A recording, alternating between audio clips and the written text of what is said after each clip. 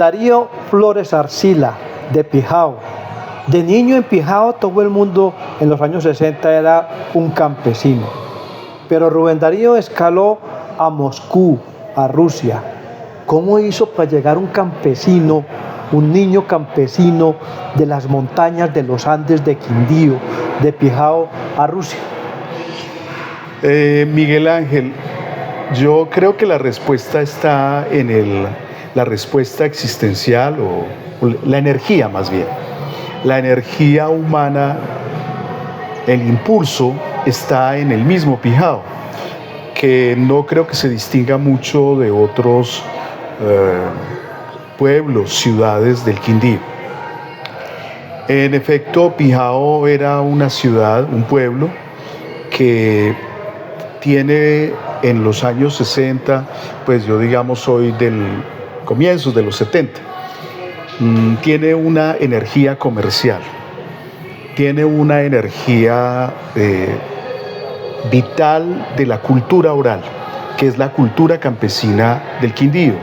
Pero también esa cultura campesina, no olvidemos, tiene una particularidad, porque las fincas casi que están pegadas de la plaza. Las tiendas tienen una relación económica, humana, muy fuerte con las fincas. Entonces, el Quindío se diferencia profundamente de otros departamentos de Colombia, de los Andes, porque la dinámica comercial, la conversación en los negocios, hablar, persuadir, contar historias, es una conducta, una actividad muy urbana, ¿verdad? Conversar en el campo es difícil conversar, porque es decir, tienes que gritar de un cafetal a otro. En ese sentido, para mí, en mi opinión, Miguel Ángel, lo característico del Quindío, de sus pueblos, es esa estrecha relación que hay entre sacar un producto, conversarlo, promoverlo, promocionarlo, hablar de él y la cultura de esos pueblos. Es decir, el café crea una sociabilidad, el café crea un modo de conversar, el café crea un modo de presentarte, de persuadir al otro, de hacer que tenga deseo de comprar lo que tienes. Entonces, pero cuando usted viviendo en ese mundo del que me está hablando, de los años, de comienzos de los años 70, finales de los años 60, sí. ¿Cuándo usted dice, me voy para Rusia y por qué? Bueno, entonces, a mí siempre me gusta ver como profesor anécdotas de las que uno sale. Puede decirse que cada uno de nosotros sale de muchas anécdotas de la infancia. Bueno, la primera anécdota, yo creo, es que en nuestros pueblos y en mi casa particularmente había dos cosas. Primero, el horizonte de ir más lejos. ¿Dónde está ese horizonte? En las mismas fincas. La finca de mi abuelo se llamaba La Frontera. Y ese era un tema de conversación de mi madre, hablaba siempre de la frontera. Mi abuelo era un hombre que tenía una fonda a donde llegó la primera vitrola. Llegaban las primeras, sí. Los primeros objetos que se les vendían, junto con la panela, junto con el café, junto con el azúcar, llegó la vitrola. Entonces, la frontera era un lugar de ir más allá. La frontera era un lugar de imaginación. Tiene un significado muy interesante, profundo para el modo de ser nuestro. Nosotros somos errantes, las personas del Quindío. Después está mi padre. Mi padre, José Flores Castaño, mi abuelo era Gilberto Arcila. Mi padre también tenía una finca que se llamaba El Bosque. Aquí se dice El Monte, El Monte. Pero papá la llamó El Bosque. Entonces ya El Bosque te hace pensar en otras dimensiones, te hace pensar en otro mundo. No es el monte, sino el monte cultivado, porque un bosque, en la tradición de la latina a la que pertenecemos por el idioma español, el bosque es el lugar que tú doblegas, el bosque es el lugar que tú haces, el bosque es el lugar que tú estableces como lugar, una casa, un cultivo, una propiedad. Y en la casa además había biblioteca, porque papá era un fundador de bibliotecas. La biblioteca tenía un libro que se llamaba Los sueños de Luciano Pulgar. La biblioteca de mi padre tenía un libro que se llamaba La Ilíada, y la Ilíada es la historia de un hombre que atraviesa el mundo. Pero también mi casa tenía un libro que era La guerra y la paz de León Tolstoy. Pero además al pueblo llegaban los personajes más inverosímiles. Llegaba el señor que tenía en la plaza, montaba una pequeña mesita. En esa mesita había cartas, unas cartas que yo todavía me acuerdo cortadas muy estéticamente, y había un loro. En la plaza había un puesto, en el puesto había una mesa, en la mesa había como una especie de pequeña biblioteca ambulante donde había cartas y había un loro. Y el señor decía, le vendo la carta, el loro saca la carta le da su destino, la carta le anuncia lo que le viene hacia adelante. Entonces, en medio de Pijao hay una historia que saca un loro que le entrega la carta al dueño del negocio, y un dueño del negocio que te descifra eso. No me diga que usted fue allá donde el señor le dijo al loro, sáqueme una carta, le sacó una carta y le dijo, usted está destinado para irse fuera de Pijao a otro mundo. Bueno, esa es otra historia, pero que da ya cuando yo fui aceptado. Pues, digamos que yo terminaba el bachillerato y primero, pues yo era un muchacho de pueblo, ¿verdad? Un muchacho que conversa, porque además las personas de nuestra cultura, las personas quindianas, son personas que siempre montan un cuento. Que conversan. Somos fabuladores, somos conversadores, siempre estamos inventando historias. Pues el Quindío existía como geografía y después alguien se inventó, no vamos a hacer un departamento, a partir de un nombre, y un nombre dio origen al departamento. Bueno, entonces, ¿por qué me voy a Rusia? Esa pregunta, pero quería contar un poco cómo hay un impulso, hay ¿cómo llamarlo? Eso se diría como un sustrato inconsciente, pero también es una energía política, es una energía cultural, es un deseo de ser alguien en la vida. Digamos, esa era una palabra, sí. Una palabra que además los padres le inculcaron eso. Usted tiene que ser alguien en la vida. Es correcto. Entonces también está esto que es propio de la energía quindiana, ser alguien en la vida. O sea, es muy compleja esa frase. Ser alguien en la vida es casi filosófica, sí, pero es cotidiana, porque alguien significa, él es alguien. Alguien significa que tiene una personalidad. Alguien, sea alguien, es decir, quien puede contar una historia sobre sí mismo, lo que estamos haciendo nosotros dos, Miguel Ángel. Entonces, esa energía profunda, la energía de un pueblo donde llegan muchos personajes y uno quiere ir más allá. Yo como adolescente, que me movía entre los corredores de mi casa, la escuela, los libros, yo tuve muy buenos profesores, me acuerdo de ellos, que me dieron una formación lingüística. Había una madre, una hermana, la hermana Rosario, que me prestó los primeros libros de Shakespeare, pero había también formación política. Puede ser que esas cosas se olviden.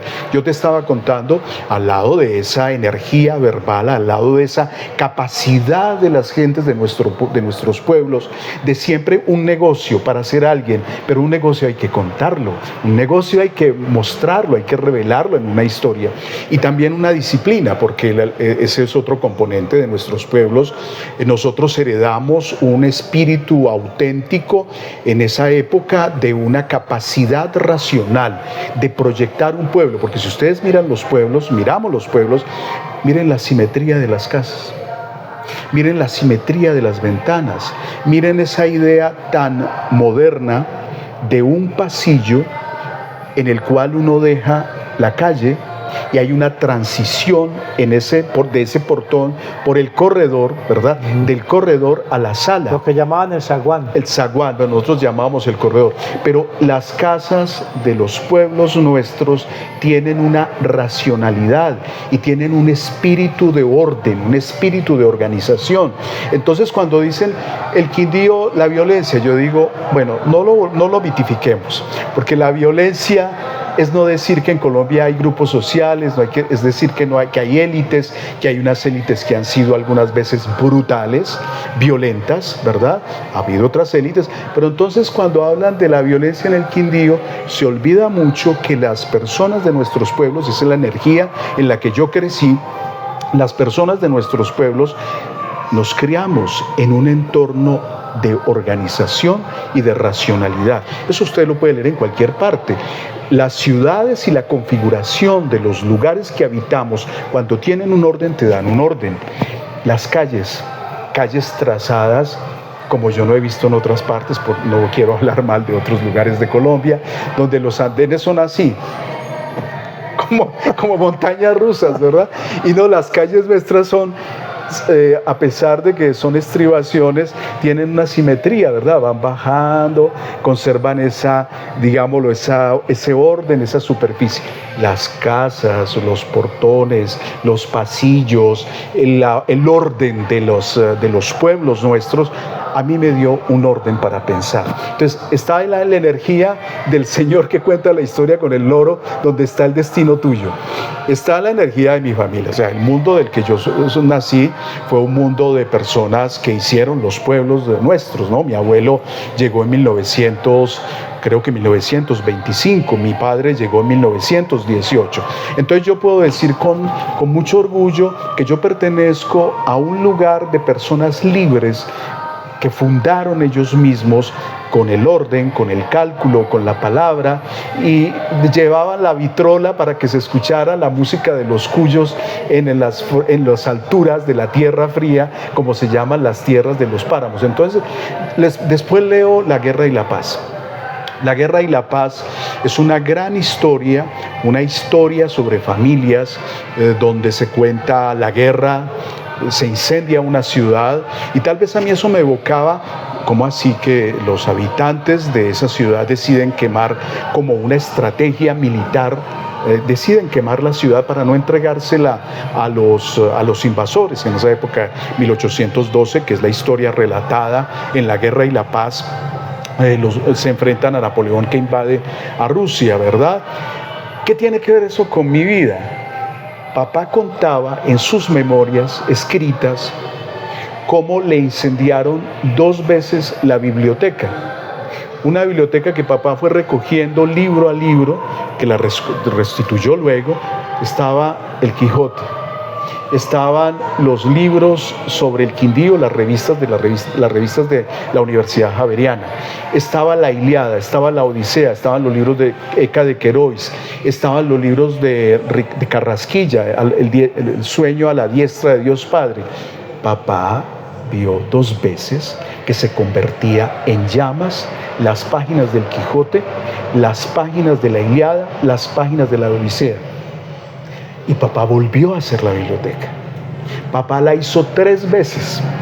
2 veces en la casa, que se la quemaron en la finca del Bosque, y la reconstituyó en Pijao, que después en el temblor, en el terremoto del 99, perdón, pues llovió tanto que la biblioteca quedó convertida en papel mojado. Entonces, esa obstinación, yo creo, cuando tú buscas una frontera, como mi abuelo, hay una obstinación, hay una obcecación, hay una terquedad.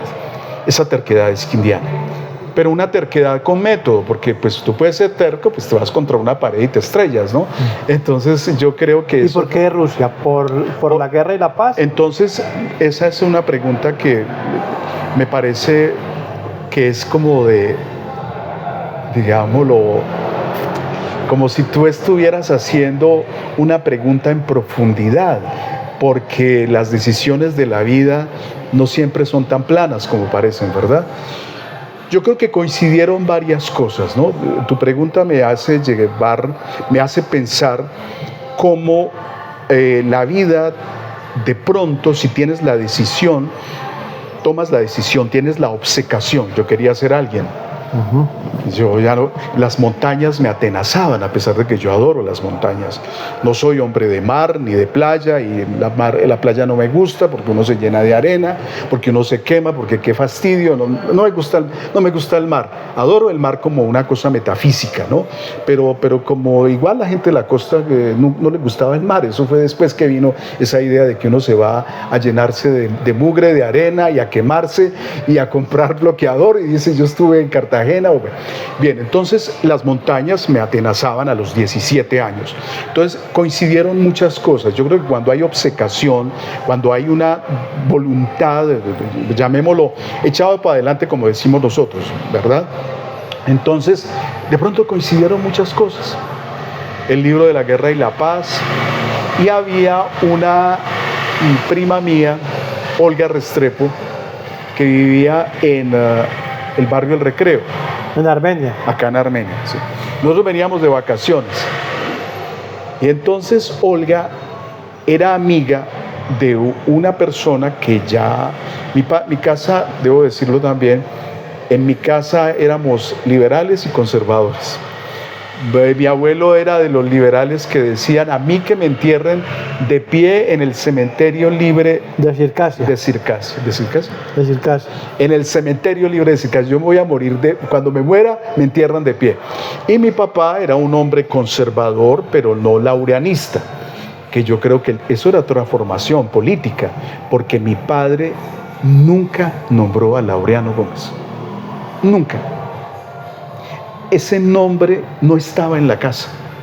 Entonces yo tuve una formación política, las circunstancias que se van juntando, y quiero ahora cerrarlas. Cuando hay obcecación, cuando uno quiere salir adelante, de pronto se juntan las circunstancias, y yo tuve la suerte de entender esas circunstancias, de leerlas, o de un inconsciente que me llevaba a esas circunstancias, a entenderlas. Entonces mi padre me dio una formación política, la del lenguaje y la de la conversación, lo que estamos haciendo ahora. Mi abuelo me dio, pues imagínense que diga: a mí me entierran en el cementerio libre de Circasia cuando me muera. Las circunstancias de una cultura política. Luego había, yo te estaba contando ahora, en la plaza hay una iglesia. Junto a la iglesia hay una tienda, y la tienda es un almacén de telas. Esas telas las vende una persona que habla español con acento. Y al fondo del almacén de telas, donde vendía unas telas preciosas, donde Don Ali, había un gran nombre, una gran pancarta, que era muy raro para un negocio de telas, que hubiese un mapa, una bandera, y en el centro de la bandera hubiera un águila, y decía RAU, República Árabe Unida. Y yo con 16 años me puse a indagar qué es eso de la República Árabe Unida. Ese era el almacén de Don Ali. El almacén de Don Ali Garay. De Don Ali Saleh. Entonces, la formación política, mi abuelo, liberal. Mi papá, de diálogo, de conversación. Papá era un hombre muy audaz. Era un hombre valiente y audaz, porque a pesar de que le quemaron la casa 2 veces, él volvió a reconstruir la casa. Entonces, República Árabe Unida, pues resulta que la República Árabe Unida era un proyecto de Gamal Abdel Nasser contra el colonialismo, lo que estamos viviendo ahora, contra la ideología occidental, lo que estamos viviendo ahora, contra el mundo de las potencias coloniales, lo que estamos viviendo ahora en la India, en Turquía, en África, en muchos movimientos sociales en América Latina, desde México hasta, bueno, pasando por Colombia, ¿verdad? Entonces, las circunstancias... La República Árabe Unida. Entonces, para un muchacho, pues, imaginar qué es eso de la República Árabe Unida. La Guerra y la Paz en la Casa, donde queman una ciudad para defender la identidad. La biblioteca de papá, que se reconstruye varias veces para afirmarse, para afianzarse. Y vengo al barrio El Recreo y está mi prima Olga Restrepo, de ojos azules. Los ojos azules enormes, esa es otra parte de mi familia. No somos morenos, otros somos blancos, ¿no? Morenos quemados, blancos que también se queman por blancos, ¿verdad? Entonces, mi prima me dice un día: mira, aquí hay un conocido nuestro que se llama Volney Largo. Volney Largo fue un líder político acá. Yo lo conocí porque él tenía muy buenas relaciones con una institución que fundó Alfonso López Pumarejo, León de Grave, Luis Vidales, el poeta de Calarcá, que se llamaba el Instituto de Amistad con la Unión Soviética, fundado en 1944 por el presidente entonces, al que intentaron darle un golpe de Estado, porque intentó hacer unas reformas. Bueno, la historia es cíclica. Alfonso López Pumarejo. Alfonso López Pumarejo. Borney Largo Rada. Borney Largo Rada, concejal comunista durante mucho tiempo en Armenia, lo mataron también aquí en una calle de la ciudad. Bueno, entonces Olga me dice que es este señor, yo no lo conocía, que él tenía muy buena relación con el Instituto Cultural Colombo Soviético, que había sido fundado por el presidente Alfonso López Pumarejo, presidente liberal. Entonces me dicen que allá hay becas para buenos estudiantes y que la relación con ellos la tenía Volney Largo. Entonces yo presenté mis papeles. Yo había sido un estudiante muy destacado. Mis puntajes en el ICFES eran de 80, 90, 80, 90. Eran muy altos. Yo no quería estudiar sociología. Yo no quería estudiar derecho. Yo no quería estudiar ninguna de las profesiones. Quería estudiar literatura. Bueno, entonces miro el programa y había un programa de literatura y lengua rusa. Yo dije, perfecto, es el para mí, es el programa para mí. Es el mío. Porque eso es lo que yo quiero, porque en la casa estaba la guerra y la paz. Entonces cuando yo te digo varias cosas es porque la vida de Pijao era muy compleja, ¿ves? Como lo es el mundo nuestro.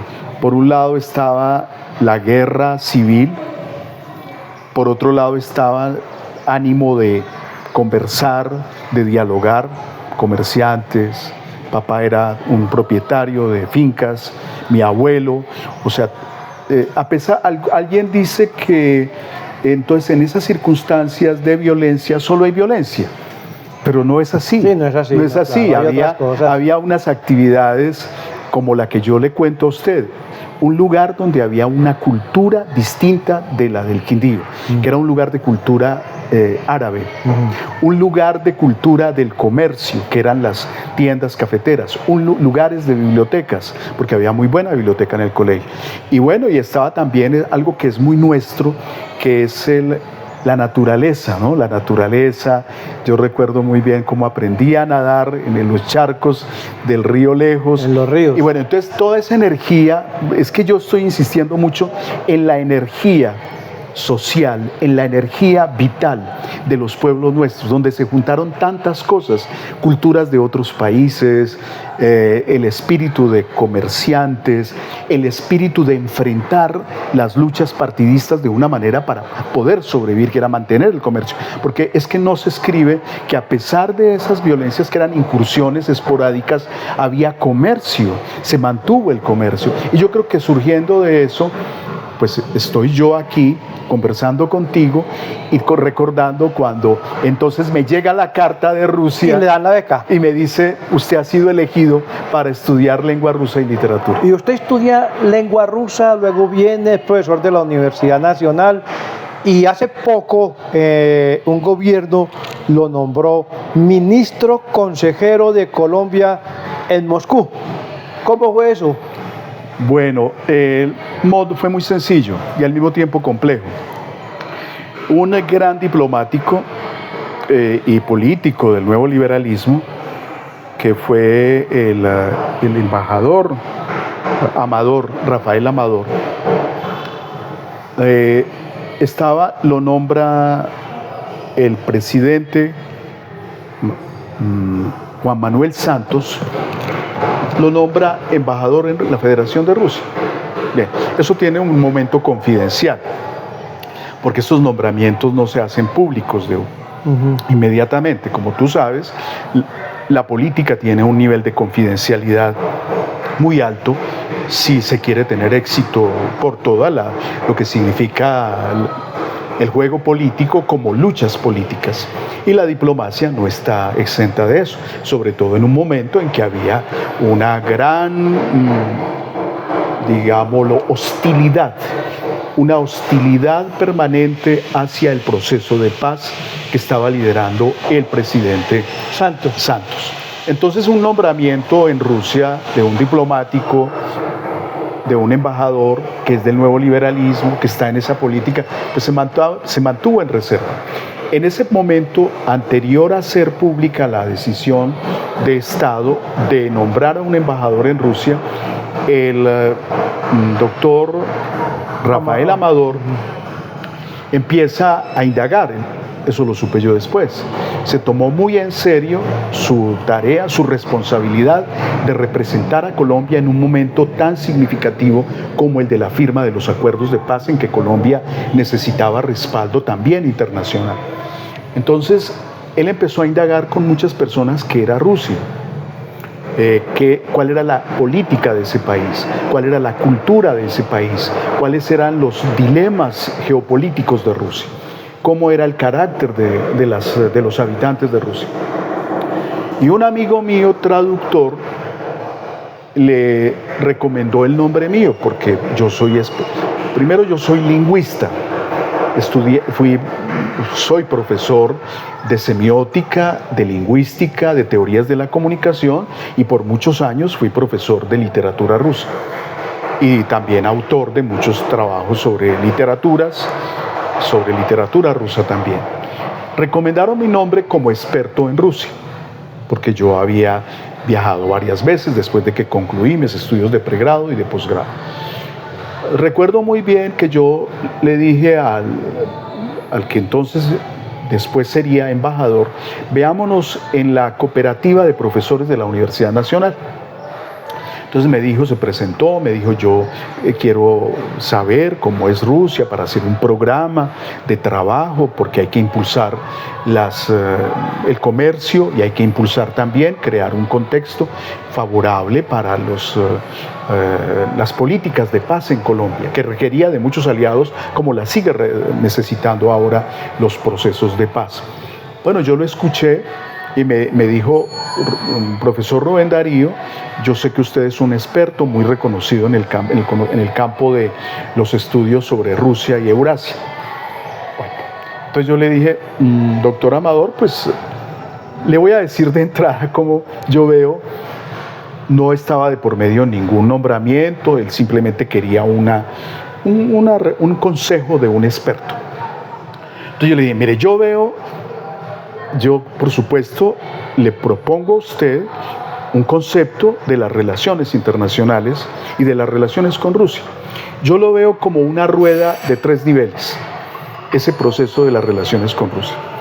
Una rueda que va con un ritmo muy lento, que va impulsando una rueda que tiene más velocidad, y una rueda muy pequeña que va muy rápido, ¿verdad? Entonces, las relaciones pueden tener 3 niveles de dinámica.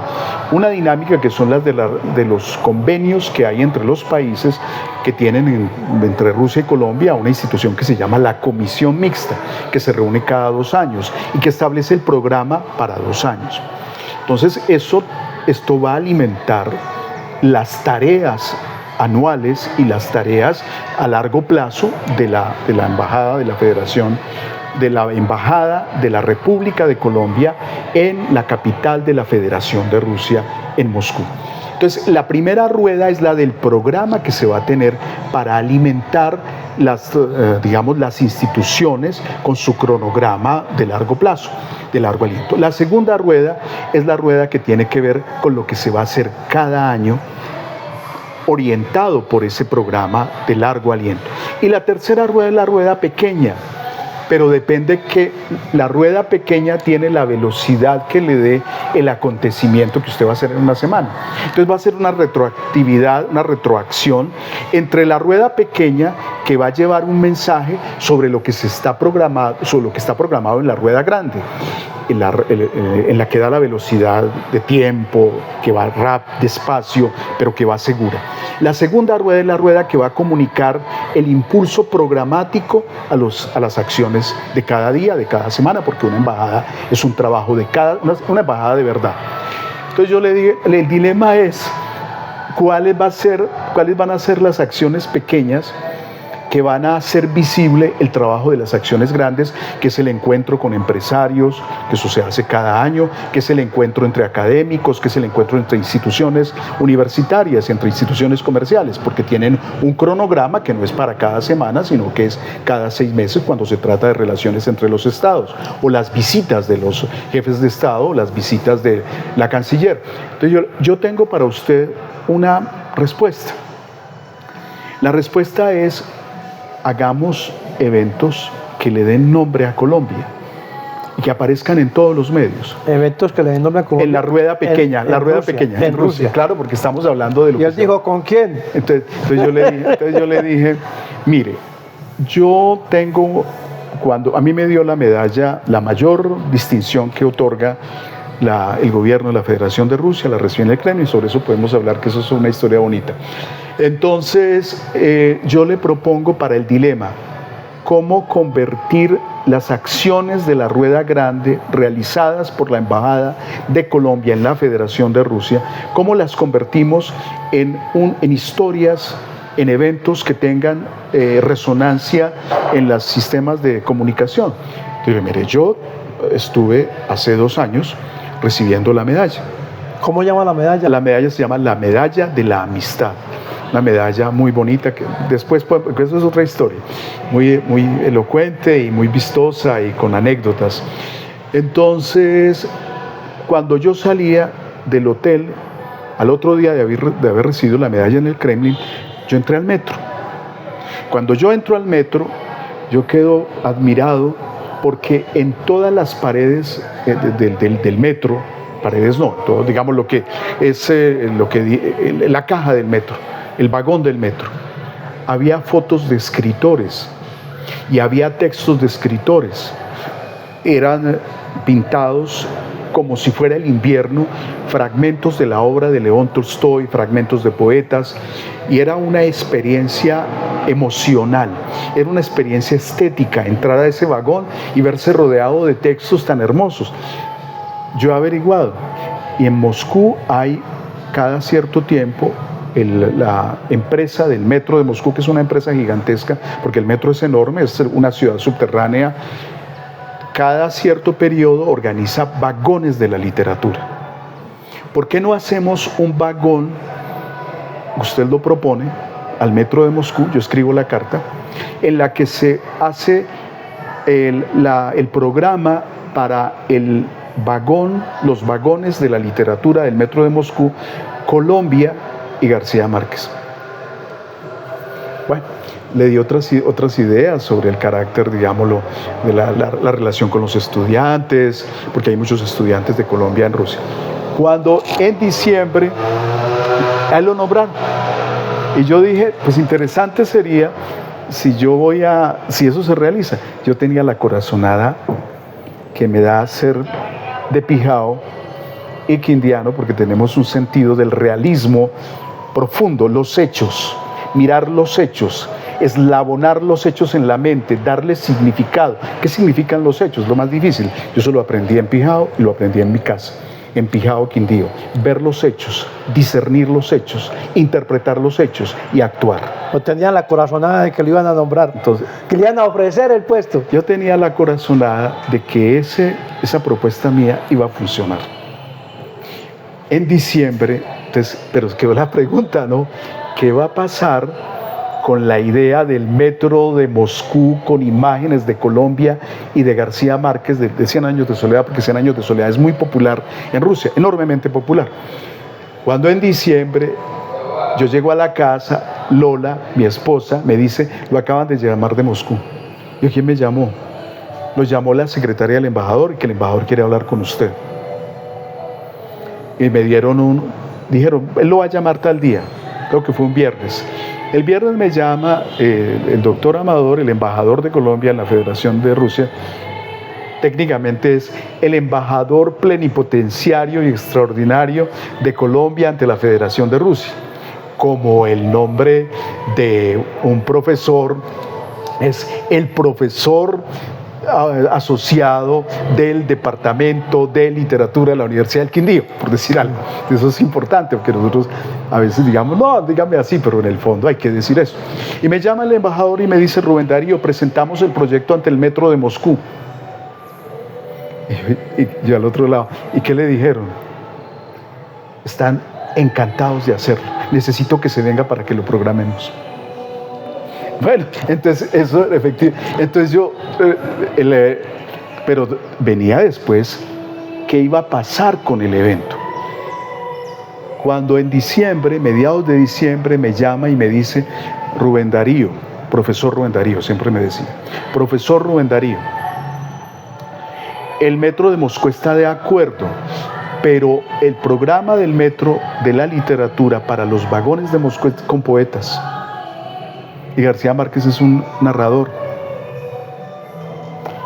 Y pasó por mi mente muy rápido que yo alguna vez había leído que García Márquez había escrito poemas. Sí. Entonces yo le dije: embajador Amador, yo creo que tengo la respuesta. Llámeme en 8 días. Y me puse a indagar, me fui a la Biblioteca Nacional y encontré los poemas que él había publicado como en los años 40 en El Espectador o en El Tiempo, ya no me acuerdo, los poemas de García Márquez, los traduje al ruso, se los envié, él los llevó al Metro de Moscú y en el Metro de Moscú dijeron: sí, vamos a hacer el programa, y empezamos entonces a hacer todo el diseño gráfico, vamos a escoger los textos, vamos a seleccionar los fragmentos, van a ser 3 vagones para Colombia en el Metro de Moscú y García Márquez. Paremos un momentico ahí para hacerle la siguiente pregunta. Y tomamos tinto. Tomemos tinto, por favor, porque aquí es con tinto. Rubén Darío, usted escribió una novela que se llama La moneda de Bizancio. ¿Cómo es la moneda de Bizancio? En resumen. Bueno, en resumen, es una historia de detectives que tiene como tiempo, como años, la caída de la gran capital, la más hermosa capital del mundo antiguo, que fue Constantinopla.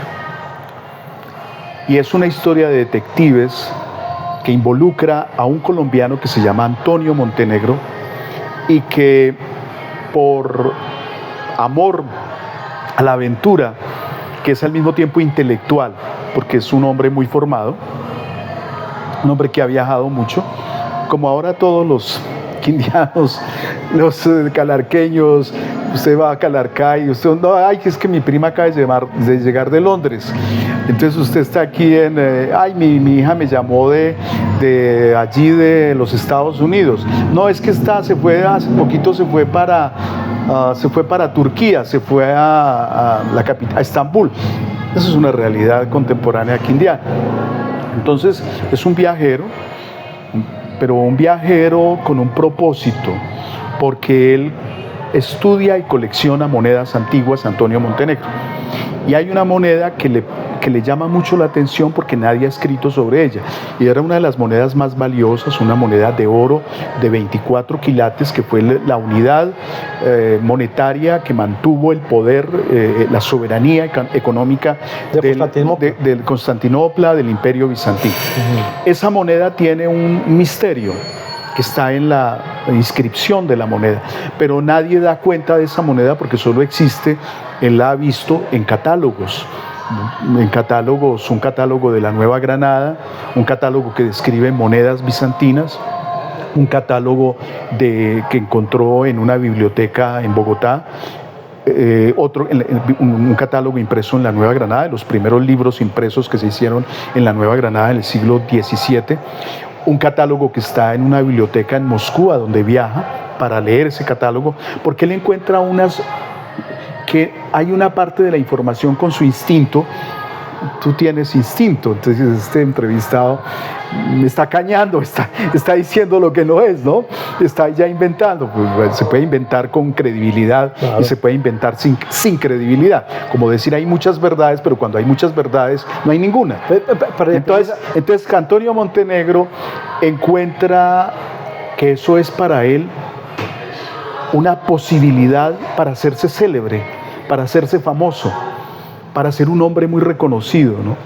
Y al mismo tiempo le llama la aventura de que el otro catálogo donde él puede descifrar, ya tiene dos, en los dos no coincide lo que se escribe sobre la moneda, entonces tiene que ir hasta una ciudad en el Adriático, una ciudad que se llama Pula.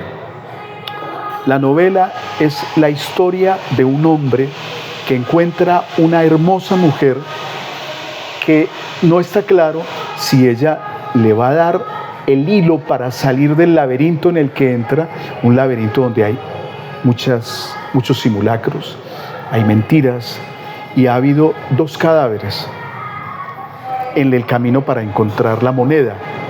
Entonces es al mismo tiempo una novela de detectives, pero también es una historia de amor, pero también es una historia muy contemporánea, de viajeros, ¿no? Que se buscan, que se encuentran. Déjeme hacerle esta pregunta. ¿Antonio Montenegro está buscando la moneda Bizancio o ese es el leitmotiv de su trabajo? ¿Dónde encontró Rubén Darío Flores? ¿Cómo descubrió que es posible hacer a partir de una moneda de Bizancio todo un relato como ese? Yo pienso que todos los días eso ocurre, lo que pasa es que no lo vemos. Todos los días estamos hablando de dinero. El dinero es un móvil del mundo moderno, ¿no? Detrás del dinero hay historias, ¿no? Hay gente que puede pasar 30 años en la cárcel. ¿Y cuál será su historia? Su historia es contar que estuvo 30 años en la cárcel porque lo movía la ambición del dinero, ¿no? Entonces las monedas, ¿no? Entonces era el sólido, se llamaba así, el sólido. Después fue la libra esterlina, después fue el dólar. Entonces hay muchas historias alrededor del dinero. El dinero es la equivalencia de todo, así dicen los economistas. Pero exactamente la moneda de Bizancio, ¿usted dónde la vio? En Moscú la vi. La Moscú. Había muchas monedas de Bizancio ahí, porque... Y ahí usted cuando las vio se imaginó de pronto escribir esto. Mire, esa fue una historia tan bonita, porque Bizancio está relacionada con tesoros, muchos tesoros, incalculables, que están... Bizancio fue saqueada 2 veces por los europeos occidentales, siendo aliados. Sí. En una de las cruzadas, un veneciano, Dandolo, arma una flota, la flota la construyen en Venecia, Venecia entera se pone a trabajar para hacer esos barcos, y resulta que todos los que los habían contratado para hacer esos barcos, porque era la cruzada, la 12, no me acuerdo cuál cruzada, en el siglo XII, entonces Venecia termina haciendo unos barcos que los franceses, los ingleses no quieren pagar, y entonces el jefe, el alcalde de Venecia, ya embaucó a la ciudad, la puso a trabajar, y ahora resulta que nadie va a pagar eso. Entonces, ¿qué organizan? Dice, no, pues entonces yo me voy con ellos hasta Constantinopla, iban era para Jerusalén, a rescatar el Santo Sepulcro. Y cuando llegan a Constantinopla, que eran sus aliados, sus amigos, sus socios, los aliados de los europeos, de los francos, de los franceses, de los ingleses, de los italianos, de los venecianos, eran aliados porque eran católicos, eran cristianos, la saquean, la roban, la expolian y se llevan todos los tesoros. Constantinopla era una ciudad de tesoros, claro, porque además la moneda de Constantinopla, la moneda de Bizancio, era la más poderosa porque equivalía a oro. No es como ahora que el papel, un billete, pues, no, ya no equivale a oro, como el dólar, no sé. Entonces, la historia que hay detrás de una moneda es porque una moneda, según los economistas, es el equivalente universal. Una moneda equivale a todo. Una moneda equivale a un carro, una moneda equivale a un palacio, una moneda equivale incluso a la divinidad, como en la antigüedad. Entonces, cuando yo veo la belleza de la moneda, y cuando eso es muy contemporáneo, ¿no? Eso es muy actual, ¿no? Pues ¿cuál es la fuente de la economía, ¿no?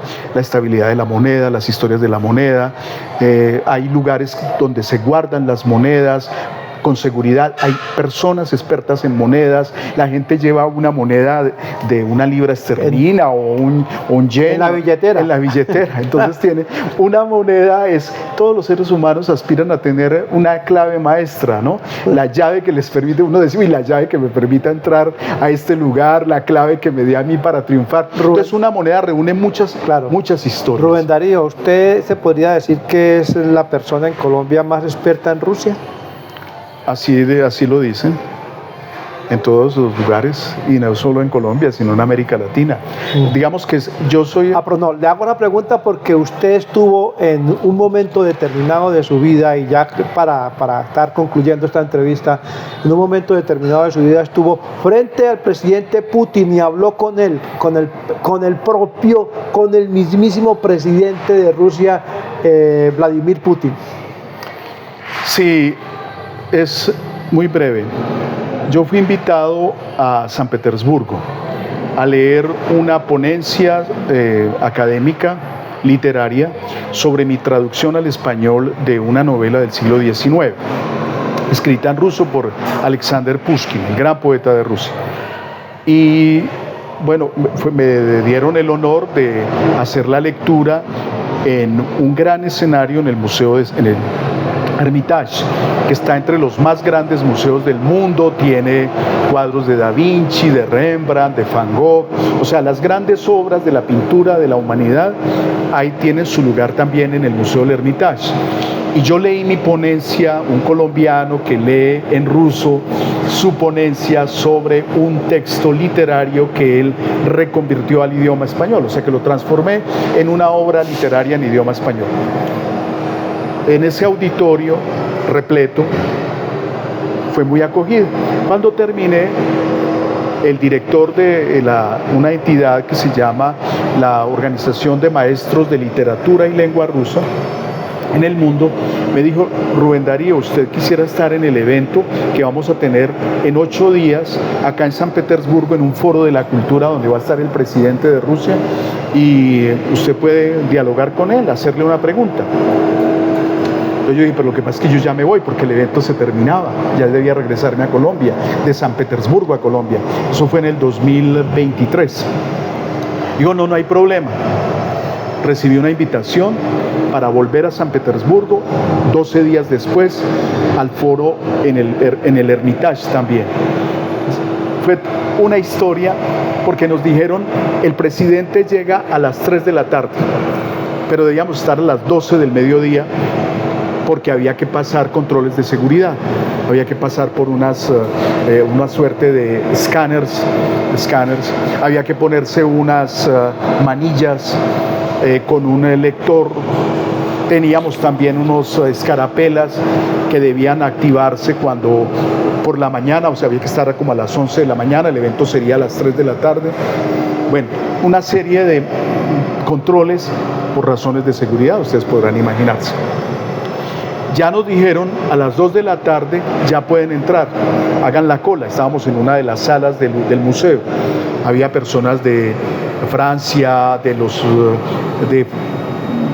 Europa Occidental, de América Latina, de países árabes, de África, de todos los continentes que habían sido invitados a ese foro. A las 2 de la tarde que nos hacen esperar en la cola y nos dicen, regrésense porque el presidente todavía no está. Así pues que sonaban las 4 de la tarde, miren en el reloj digital del celular, y a las 4 de la tarde nos llaman. A las 4 de la tarde hacemos una cola, entramos a un enorme auditorio, estamos sentados, eran como las 4:30 o 5 de la tarde más bien, y de pronto hay una conmoción entre las personas que estaban sentadas en el auditorio, como que miraban, y en la sala hubo algo como una corriente de energía. No habían avisado nada. Hubo primero una corriente de energía que se transmitió desde el escenario, donde estaba, había 2 sillas, como 2 sillas grandes, y unos minutos y aparece Putin muy rápido, muy ágil, se sienta en su silla al lado del entrevistador y empieza la jornada de preguntas. Y a mí me dio, como a los 45 minutos me dio la palabra el presidente de Rusia. Se dirigió a mí, me dijo: una persona muy tranquila, serena. En Colombia se dice salirse de los chiros. Me transmitió en ese momento la serenidad y la tranquilidad. En otras entrevistas, en momentos de mucha crisis, nunca lo he visto salido de los chiros. Eso fue lo primero que llamó mi atención, la serenidad, la pausa con la que él respondía a las preguntas que le hicimos. Muy bien, Rubén Darío Flores, un hombre de las montañas del Quindío, un hombre de Pijao que se fue de su pueblo algún día, digamos que se fue físicamente, aunque espiritualmente sigue en él, y que hoy es la persona que más conoce en Colombia y en América Latina la historia y la cultura de Rosas.